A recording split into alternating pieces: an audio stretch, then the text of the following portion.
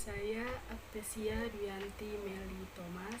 Saya Alfiranda Saia. Saya Sialom Monika Putri Nayoan. Wulandari Kalengkongan. Apa itu kebijakan pangan? Kebijakan pangan adalah suatu wilayah kebijakan publik yang khusus menangani masalah bagaimana makanan diproduksi, diproses, didistribusikan, dan diperjualbelikan. Kebijakan publik didesain untuk mempengaruhi operasi sistem pertanian dan pangan. Kebijakan pangan terdiri dari penetapan tujuan produksi, pemrosesan, pemasaran, ketersediaan akses, pemanfaatan, dan konsumsi bahan pangan, serta menjelaskan proses untuk mencapai tujuan tersebut. Kebijakan pangan dapat berada pada berbagai level, dari lokal hingga global, dan oleh pemerintah, komersial, hingga organisasi. Kebijakan pangan juga melibatkan institusi pendidikan untuk mendidik, peraturan untuk mengatur, dan standar yang ditetapkan untuk melaksanakan kebijakan. Peraturan dan standar yang ditetapkan meliputi kesehatan dan keselamatan, pemberian label, dan kualifikasi produk tertentu, atau dalam tanda kurung, makanan organik, makanan halal, dan sebagainya. Selanjutnya, kebijakan strategis. Kebijakan strategis ketahanan pangan dan gizi tahun 2020 hingga 2024 dirancang untuk mencapai sasaran terpenuhinya kebutuhan pangan dan gizi masyarakat secara nasional, wilayah, dan sampai perseorangan. Kebijakan strategis ini merupakan arahan untuk setiap kementerian atau lembaga, pemerintah daerah, dan pemangku kepentingan terkait dalam pembangunan sistem pangan. Desain kebijakan ini juga dirancang untuk mencapai indikator kinerja pembangunan pangan dan gizi. Prinsip dasar kebijakan strategis berdasarkan Undang-Undang Pangan Nomor 18 Tahun 2012, penyelenggaraan pangan dilakukan dengan berdasarkan asas kedaulatan, kemandirian, ketahanan, keamanan, manfaat, permintaan, berkelanjutan, dan keadilan. Sejalan dengan hal tersebut, kebijakan strategis ketahanan pangan strategis dijalankan atas dasar prinsip keadilan, kesejahteraan dan pemberdayaan masyarakat, kedaulatan dan stabilitas nasional, kemandirian, peran aktif para pihak keamanan, dan berkelanjutan untuk menghasilkan masyarakat yang sehat, aktif, dan produktif secara berkelanjutan. Tujuan penyusunan kebijakan strategis ketahanan pangan dan gizi SPKG 2020 hingga 2024. A.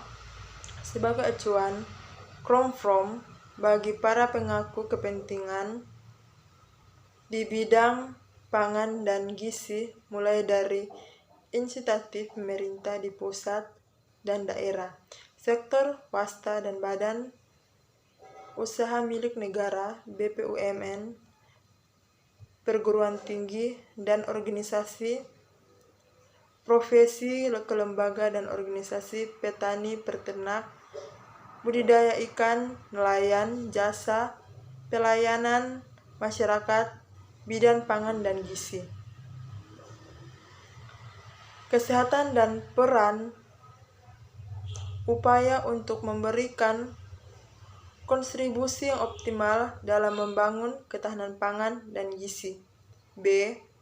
Sebagai acuan dasar bagi lembaga pemerintah dan pemerintah daerah untuk membangun konsolidasi sektor sehingga terjadi sinergis program dan kegiatan pembangunan ketahanan pangan dan gizi, mendukung terwujudnya sumber daya manusia berkualitas dan berdaya asing. C.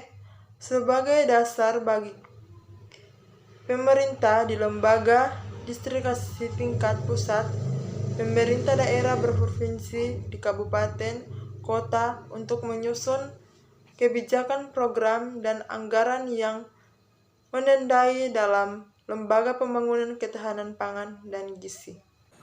Beberapa rekomendasi kebijakan pangan yang perlu diterapkan dan dilanjutkan.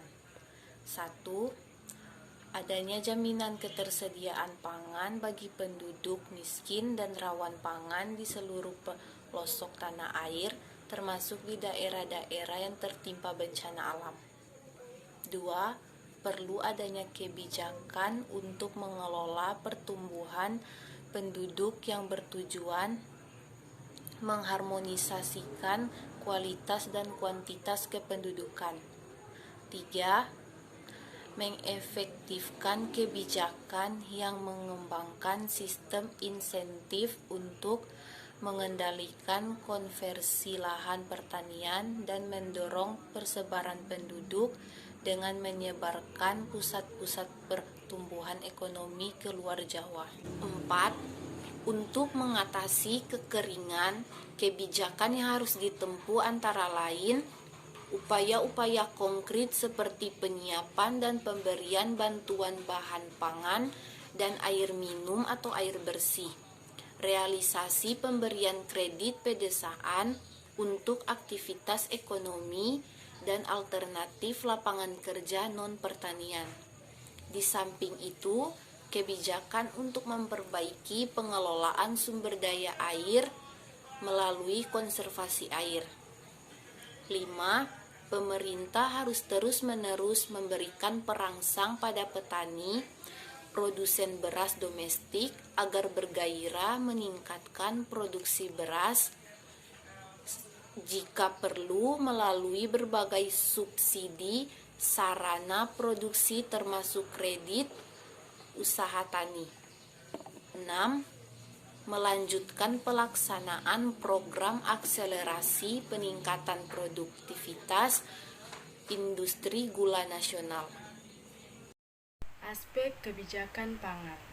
Aspek kebijakan strategis yang disusun mencakup aspek ketersediaan pangan, keterjangkauan pangan, dan pemanfaatan pangan, dengan memperhatikan keamanan pangan pada setiap aspek ketahanan pangan dan gizi. A. Ketersediaan pangan. 1. Meningkatkan produksi pangan yang beragam. 2. Memperkuat cadangan pangan untuk antisipasi ancaman ketersediaan pangan. 3. Menyediakan pangan yang aman. B. Keterjangkauan pangan. 1. Keterjangkauan fisik. 2. Keterjangkauan ekonomi. 3. Keterjangkauan sosial. C. Pemanfaatan pangan. 1. Pemenuhan kebutuhan gizi. 2. Memperkuat sistem suplai pangan dan gizi. 3. Jaminan keamanan pangan. Kebijakan operasional. 1. Melaksanakan gerakan kemandirian pangan secara sistematis. 2. Menerapkan kebijakan secara sistematis. 3. Mendorong penciptaan inovasi dan teknologi pertanian. 4. Mempercepat kemampuan petani untuk menerapkan teknologi unggul.